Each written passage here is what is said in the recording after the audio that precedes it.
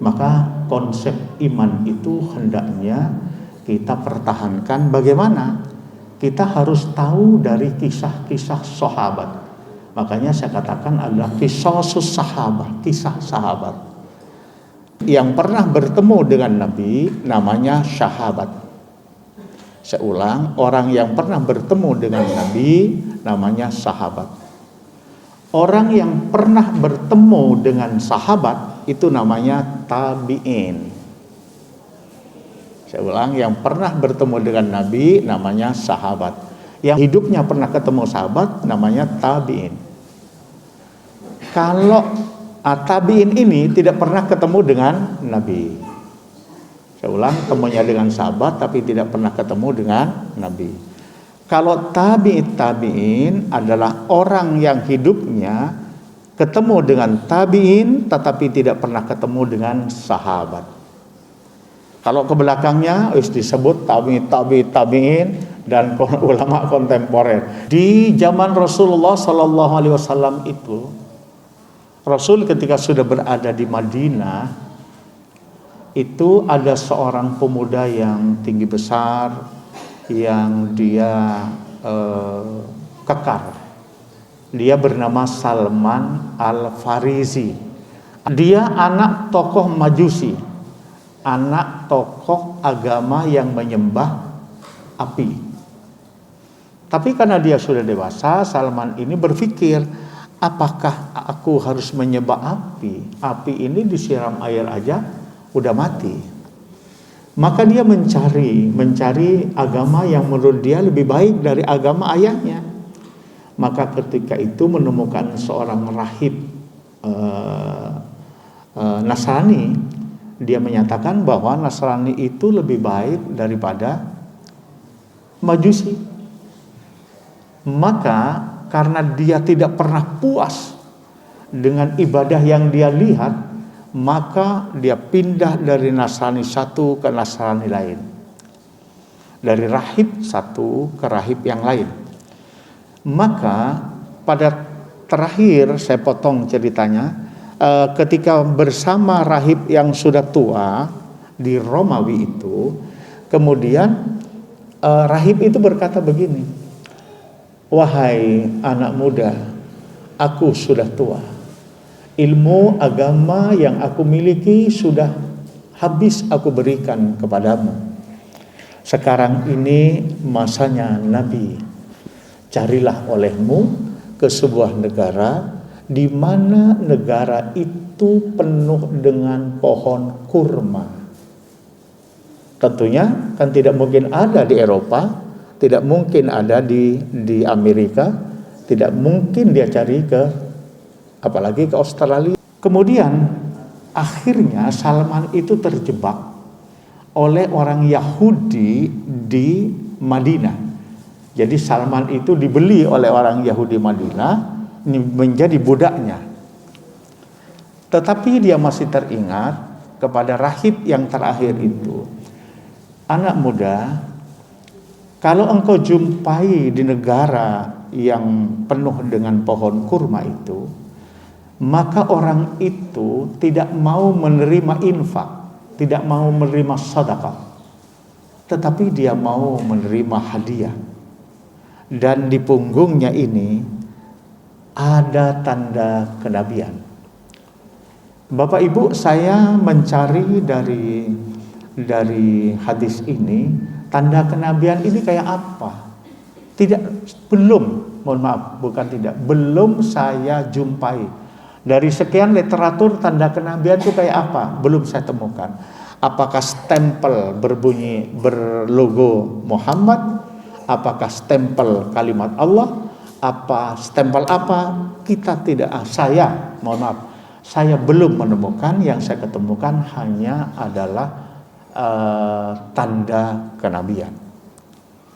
Ya semoga kalau kita bisa bertemu, karena literatur ini cukup begitu banyak.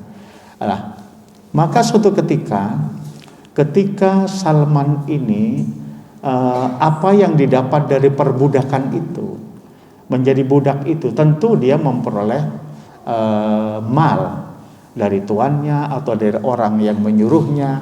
Maka dia simpan. Dan kemudian dia turun ke lapangan mencari orang yang 3 hal itu. Maka ketemulah dengan penduduk Madinah yang kebetulan dia muslim. Dia berkata, kalau Anda ingin bertemu dengan orang itu, ikut aku. Maka suatu ketika Salman ini ikut orang muslim Madinah itu, dan ditunjukkan di Masjid Nabawi, itu orang yang kau cari. Nabi sedang duduk menyampaikan tentang Islam. Selesai pengajian Nabi, maka Salman ini datang dengan membawa souvenir. Bahasa saya bawa souvenir.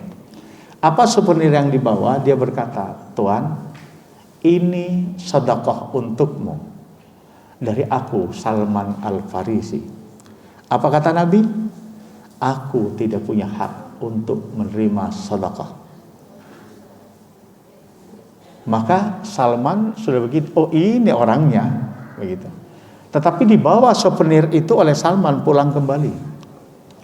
Esoknya, karena dalam bahasa Arab itu adalah yaum itu, ghadan itu esok. Kalau ba'dal ghad itu adalah esok lusa. Dia hanya berkata ghadan berarti esoknya. Salman datang lagi dengan membawa souvenir yang berbeda. Dia berkata kepada Nabi, Tuan, ini hadiah untukmu. Maka Nabi mengambilnya dan Nabi memberikan souvenir itu kepada teman-temannya, kepada sahabat-sahabatnya yang ada. Nah, ketika Nabi menyampaikan souvenir itu, gamisnya Nabi itu tersingkap. Apa tersingkapnya? Ya, tersengkap kan gitu ya, tersengkap. Terus kemudian ada tanda kenabian di situ. Maka Salman Al-Farisi ini orangnya. Maka setelah banyak sahabat yang sudah pulang meninggalkan masjid, Salman duduk bersimpuh di depan Nabi. Dia berkata, Ya Rasulullah. Yang semula dia bilang Tuhan, Ya Rasulullah, ajarkan aku tentang agamamu. Maka Nabi menuntun Salman ini dengan bersyahadat. Nih, orang mencari Robnya. Kita tidak pernah mencari Rob kan? Begitu lahir kita sudah Islam. Iya apa enggak kira-kira? Pernahkah kita kemudian diberitahu oleh orang tua kita, inilah Robmu, inilah Allahmu, inilah sesembahanmu?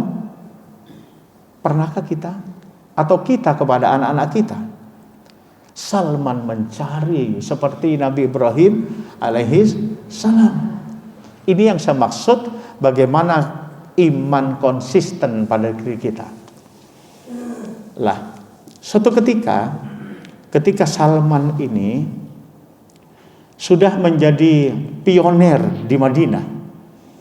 Salman ini punya kekhasan, tinggi, besar, gitu ya, gagah. Tetapi kalau tidur ngorok, itu Salman. Jadi kalau kecil tidak pernah ngorok. Biasanya yang tinggi, besar, ngorok. Ya, termasuk saya juga ngorok. Tapi di YouTube itu banyak yang palsu. Suruh beli jepit hidung, dijepit hidung saya sakit, tetap ngorok. Itu dusta pedagang lewat apa itu Sofi atau apa namanya. Lah, suatu ketika terjadi peperangan yang umat Islam mau diserang. Maka Salman, ketika Nabi memberikan strategi perang, Salman mengacungkan tangannya.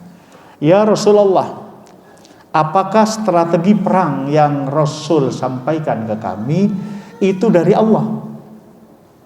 Nabi berkata, tidak. Itu hanya strategi menurut saya. Ya Rasulullah, bolehkah aku menyampaikan sesuatu yang biasa agama kami di Persia, kalau ada yang nyerang, ayah kami sebagai pimpinan itu memberi strategi begini. Setelah Nabi mendengar, maka Nabi berkata, iya, aku terima usulmu Salman. Inilah yang dalam Islam dikenal wasyawirhum fil amr. bermusyawarah dalam menentukan keputusan. Nabi seorang rasul, Nabi seorang kepala negara, Nabi seorang presiden. Dia tidak malu kalau ada pendapat hamba Allah yang menurut Nabi itu lebih baik, Nabi mengalah. Apa yang disampaikan oleh Salman, bikin parit. Parit itu umpamanya ini umat Islam mau diserang, di depan itu digali parit. Parit itu namanya Khandaq. Maka peperangan itu disebut perang Khandaq. Kenapa? Karena kuda musuh dan termasuk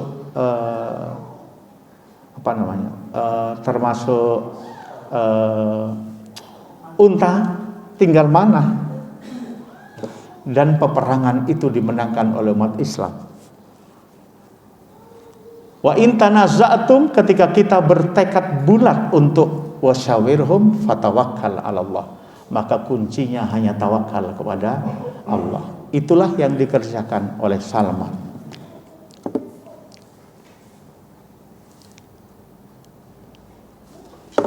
Bapak Ibu yang dimuliakan Allah. Kemudian yang menjadi sebuah hal yang saya katakan tidak pernah iri, tidak pernah dendam, dan tidak pernah congkak. Salman ini di usianya yang sudah sedemikian dewasa ingin memiliki istri. Maka Salman tertarik kepada wanita keturunan orang Madinah, anak Ansor namanya. Karena bahasa Arabnya Salman tidak kurang fasih, kurang pintar Salman. Maka kemudian Salman mengajak temannya yang sama-sama jadi imam masjid, bersahabat. Kemudian namanya Abu Darda. Kemudian ketika sampai di rumah wanita yang mau dipinang itu, Abu Darda berkata, "Tuan, kami datang adalah untuk meminang putri Tuan, untuk sahabatku Salman Al-Farisi." Ayah ibunya kemudian masuk. Apa yang dibicarakan kita tidak tahu. Tetapi kemudian ayah ibunya keluar lagi dan berkata, "Aku terima kasih kalian datang untuk meminang anak wanitaku. Tetapi," kata ayahnya, "aku menolak pinangan Salman, tetapi aku menerima kalau Abu Darda mau meminang anakku." Kira-kira sahabat Imam Masjid 2 ini kalau begitu kira-kira bagaimana kepada sahabatnya? Kira-kira gimana? "Aku tolak pinangannya Salman, tetapi kalau Abu Darda meminang anakku, aku terima." Kira-kira gimana? Sakit hati nggak Salman kira-kira? Ya? Walaupun tidak sakit hati ya pelengan cedera Pak. Pelengan itu. Coba bayangkan, dia yang ngajak Abu Darda kok malah Abu Darda yang diterima. Ini konsep persahabatan. Karena seorang sahabat bukan teman. Sekali lagi, seorang sahabat bukan teman, bukan kawan, tetapi sahabat. Besok kalau kita berada di surga, Bapak berada di sorga, belum ketemu Nur Hasan ada di sorga, Bapak sujud kepada Allah, "Ya Allah, ada sahabatku setiap malam Rabu, malam Kamis bertemu di Masjid Al-Hidayah, Al-Hikmah, tetapi belum masuk surga, ya Allah." Bapak sujud, Allah akan memasukkan Nur Hasan karena sahabatnya yang meminta. Kalau teman beda, kawan beda. Seorang teman punya duit 1 juta, mencari teman 100 dapat. "Mas, ikut aku." beli rabon, ikut. Tetapi ketika seorang sahabat, ketika ada orang yang dalam ujian tidak baik, apakah 100 itu datang? 1 belum tentu datang. Ini sahabat. Saya katakan demikian kenapa? Karena ternyata yang besoknya biaya lamaran itu biayanya Salman. Jadi Abu Darda itu tidak mengeluarkan duit. Ketika mau pernikahan itu, yang mengurus, kalau bahasa sekarang ke Pengulu, ke Mutin, ke RT RW, Salman yang ngurus. Coba bayangkan, biaya pernikahan, biaya mahar ditanggung oleh Salman. Abu Darda diam untuk kemudian menjadi suami anak orang Madinah itu. Dendamkah Salman? Tidak. Irikah Salman? Tidak. Dengkikah Salman? Tidak. Dia bahagia, sahabatnya yang diminta oleh orang tua wanita itu. Ini iman. Saya kira saya katakan iman. Iman itu perilaku hati. Perilaku hati, Pak. Hati itu kan dalam Al-Quran kan ada 3. Ada hati yang terkunci, ada hati yang kemudian ada sakit, ada yang hati yang mutmainnah. Ada yang sakit itu kan munafik. Ada yang terkunci, ya sudah kafir, dikunci, sudah tidak bisa. Orang kafir itu nikmat di dunia karena tidak ada aturannya. Tetapi mukmin ada aturannya. Munafik mesti dia sok beriman padahal dia membenci hatinya. Lah, Salman ini adalah sebuah prototipe sahabat Nabi yang dia mampu untuk mengukir prestasi hatinya untuk tetap istiqomah, teguh dalam pendirian terhadap keputusan Allah dan Rasul-Nya. Ini yang saya katakan ibrah bagi kita terhadap perilaku hati kita. Karena apa? Karena perilaku Salman ini perlu untuk kita iktibar. Semoga apa yang kita sampaikan, yang kita tadabburi, ini betul-betul menjadi sebuah ibrah bagi kita. Apapun yang kemudian atas keputusan Allah, kita harus menerimanya. Karena Allah tidak mungkin menyengsarakan kita. Allah akan memberikan beban kepada orang yang sudah siap mampu menerima beban itu.